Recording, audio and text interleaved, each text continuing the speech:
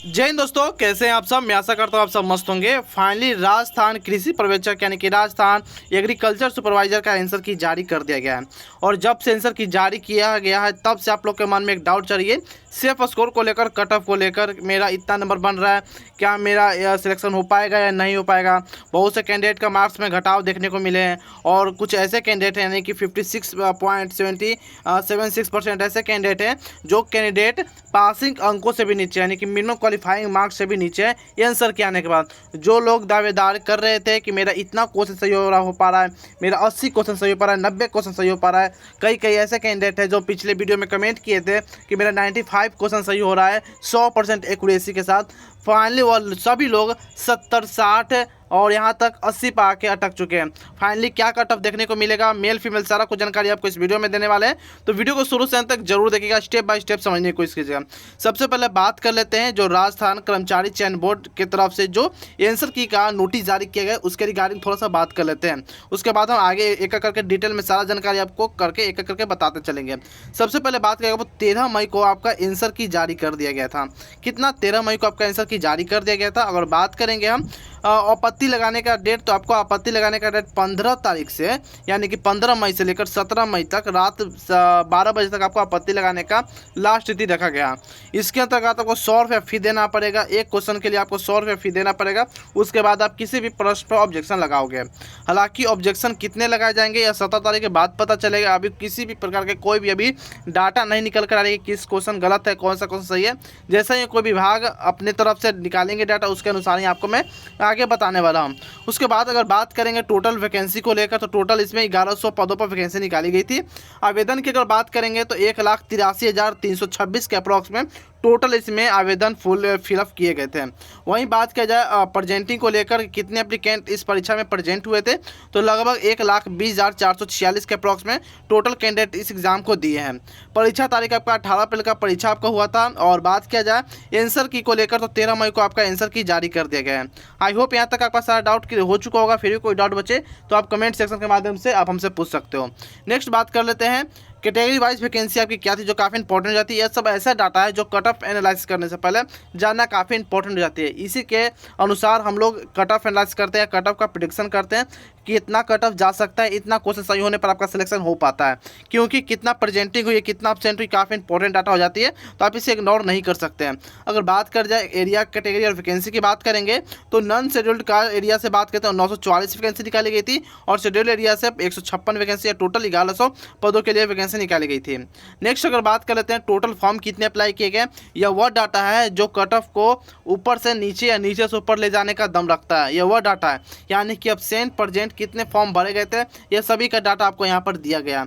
General से बात किया जाए तो पुरुष कैंडिडेट ऐसे है जो जनरल में 11,020 और महिला कैंडिडेट यानी कि फीमेल कैंडिडेट 3,029 यानी कि टोटल बात करें जाए तो जनरल में 14,049 फॉर्म भरे गए थे। हालांकि प्रेजेंटिंग तो कम रही है, इससे कोई लेना देना नहीं है, लेकिन बात की इसी के अनुसार प्रेजेंटिंग भी होती है, ठीक है। वहीं बात करें जाए ईडब्ल्यूएस को लेकर, तो 9,406 पुरुष और 3,971 महिला, टोटल 13,377। इसी प्रकार से हर एक कैटेगरी मेल फीमेल का आपको डाटा दिया गया। आप एक करके पॉज करके वीडियो आप देख सकते हो अच्छे से। चलिए नेक्स्ट बात कर लेते हैं एग्जाम पैटर्न को लेकर, जो काफ़ी इंपॉर्टेंट जाती है। बहुत से कैंडिडेट ऐसे जानते भी है, बहुत से कैंडिडेट जो मेरे चैनल पर नए आए या पहला बार एग्जाम दिए उनके लिए काफ़ी इंपॉर्टेंट हो जाते हैं। बात करेंगे टोटल इसमें 100 क्वेश्चन पूछे गए थे। जी हाँ दोस्तों, 100 क्वेश्चन पूछे गए थे। टोटल मार्क्स कितने थे, तो 300 मार्क्स का आपका एग्जाम हुआ था, यानी कि एक क्वेश्चन के लिए 3 मार्क्स निर्धारित की गई थी। ड्यूरेशन की बात किया जाए एग्जाम तो ड्यूरेशन की, तो लगभग 2 घंटे का आपको समय दिया गया था एग्जाम देने के लिए। टाइप की बात करेंगे तो एमसीक्यू आपका टाइप निकल कर देखने को मिला। निगेटिव मार्किंग 1/3 की इसमें थी, यानी कि अगर आप ये 3 क्वेश्चन गलत करते हो, अगर आप 3 क्वेश्चन गलत कर देते हो तो आपका 1 नंबर काट ले जाएंगे, ये और नंबर आपके सही में से काटे जाएंगे। तो बहुत से कैंडिडेट अच्छे से अपना अटैम्प्ट किए हैं। और एक मैं बात बोलूं, जो 95% बोल रहे हैं जो एक्यूरेसी के साथ 100 में 100 अटैम्प्ट किए, उनका तो हालत बद से बदतर है आंसर के आने के बाद, ठीक है।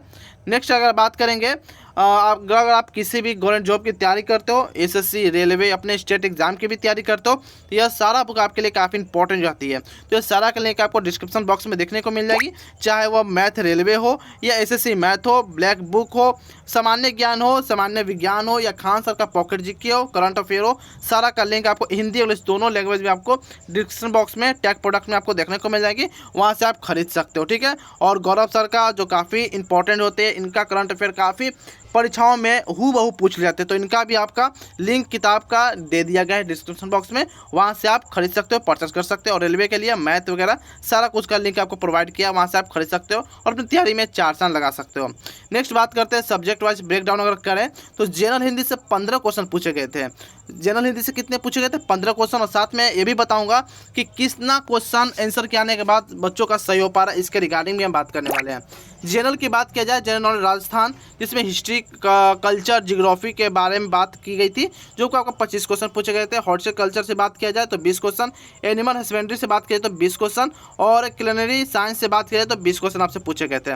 अब बात करते हैं कौन सा सब्जेक्ट हार्ड रहा, मॉडरेट रहा, ईजी रहा। तो सबसे पहले बात कर लेते हैं जनरल हिंदी को लेकर। तो जनरल हिंदी सबसे पहले बात किया जाए, आंसर के आने से पहले यह हार्ड बताई जा रही थी, लेकिन बच्चों का इसमें 15 में से लगभग 12-13 सभी लोग सही कर रहे हैं। तो इसमें मैं बात करूं, आपका यह मॉडरेट पूछा गया था, यानी कि एग्जाम का लेवल यह मॉडरेट रहा है। सारा कुछ आपको डाटा बता रहा हूं आंसर के आने के बाद। वहीं बात किया जाए जनरल नॉलेज ऑफ राजस्थान, यह सभी को ईजी टू मॉडरेट लगा, क्योंकि सभी लोग इसके बारे में अच्छी जानकारी लिए हुए थे, तो यह काफ़ी ईजी पेपर देखने को मिला। हॉर्टिकल्चर की बात किया जाए, जो 20 क्वेश्चन पूछे गए थे, ये भी आपका मॉडरेट देखने को मिला, लेकिन एनिमल हस्बेंड्री की हम बात करेंगे तो आपको हार्ड देखने को मिला था। क्लिनरी साइंस की अगर बात करेंगे, जो हार्मोनियम या एग्रीकल्चर से पूछे गए थे 20 क्वेश्चन, ये आपको हार्ड देखने को मिला था। आई होप यहाँ तक आपका सारा समझ में आ गया होगा, और एक एक करके मैंने आपको सारा जानकारी दे दिया। अब बात करते हैं एक्सपेक्टेड कट ऑफ को लेकर क्या देखने को मिलेगा। उससे पहले बात करते हैं राजस्थान, जो मैंने आपको पिछले वीडियो में आपको बताया था, यह सारा कुछ आपको आंसर के आने का बाद का डाटा है, लेकिन आंसर के आने से आंसर के आने के पहले का डाटा है, यानी कि बिफोर डाटा है, और जो मैं आंसर के अभी मैं आपको बताया ऐसा आफ्टर है, यानी कि आंसर के आने का बाद का डाटा आपको यह है, आंसर के आने का पहले का डाटा आपको यह देखने को मिला है। आई होप ये भी आपको सारा कुछ समझ में आ गया होगा। नेक्स्ट बात कर लेते हैं सिलेक्शन प्रोसेस को लेकर कि आपका सिलेक्शन कैसे इसमें होने वाला है। तो सबसे पहले आपका रिटन एग्जाम जो आपको हो गया और आंसर के भी जारी कर दिया गया, और अगर बात की इसके रिजल्ट के रिगार्डिंग भी बात कर लेंगे। उसके बाद आपको डॉक्यूमेंट वेरिफिकेशन होगा, यानी कि जो भी कैंडिडेट इसमें सिलेक्ट होंगे, रिटन एग्जाम पास करेंगे, कट ऑफ को क्लियर करेंगे, उसके बाद डेब्यू क्लियर कर बुलाया जाएगा, जिसमें आपको verification of educational qualification, caste certificate वगैरह वगैरह देखे जाएंगे। उसके बाद मेडिकल एग्जामिनेशन आपके होंगे, मेडिकल फिटनेस चेक किए जाएंगे।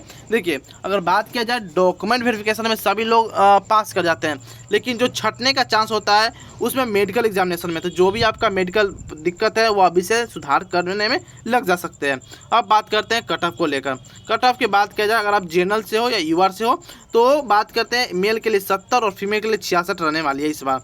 ओबीसी की बात करें तो 67, एक क्वेश्चन की बात कर रहे हैं, ये क्या बात करें क्वेश्चन को लेकर, कि 100 में से आपका इतना क्वेश्चन सही हो पा रहा है तो आप ठीक ठाक हो। ओबीसी 64, एमबीसी की बात किया जाए तो मेल के लिए 64 और फीमेल के लिए 61, ईडब्ल्यूएस मेल के लिए 62 और फीमेल के लिए 58, एससी की बात किया जाए तो मेल के लिए 60 और फीमेल के लिए 56, एसटी की बात करें तो मेल के लिए 57 और फीमेल के लिए 54 के अप्रॉक्स में आपको देखने को मिल जाएगी। आई होप यहाँ तक आपका सारा डाटा समझ में आ गया होगा। एक उम्मीद में हम समझ रहे हैं कि आप कुछ समझ गए होंगे। अब बात करते हैं रिजल्ट के रिगार्डिंग कि हमें रिजल्ट कब तक देखने को मिलेगी, जो काफ़ी इंपॉर्टेंट रहती है।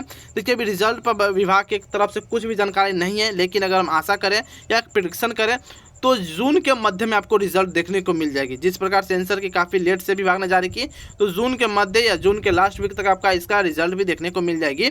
तो आई होप इसके रिगार्डिंग कुछ भी जानकारी आपको अगर दिक्कत होगी तो आप कमेंट सेक्शन के माध्यम से पूछ सकते हो। कमेंट में जरूर बताएगा आपका कैटेगरी कौन सा, आपका कितना रोल मार्क्स बना, कमेंट में लिखना मत भूलिएगा। जैसे रिजल्ट के रिगार्डिंग कुछ भी इन्फॉर्मेशन आती है तो सबसे पहले आपको इस चैनल पर देखने को मिल जाएगी। तो चैनल को आप सब्सक्राइब कर सकते हो, बेल आइकन दबा सकते हो। तो फिर मिलते हैं कोई और इन्फॉर्मेटिव वीडियो में, तब तक के लिए जय हिंद, जय भारत दोस्तों।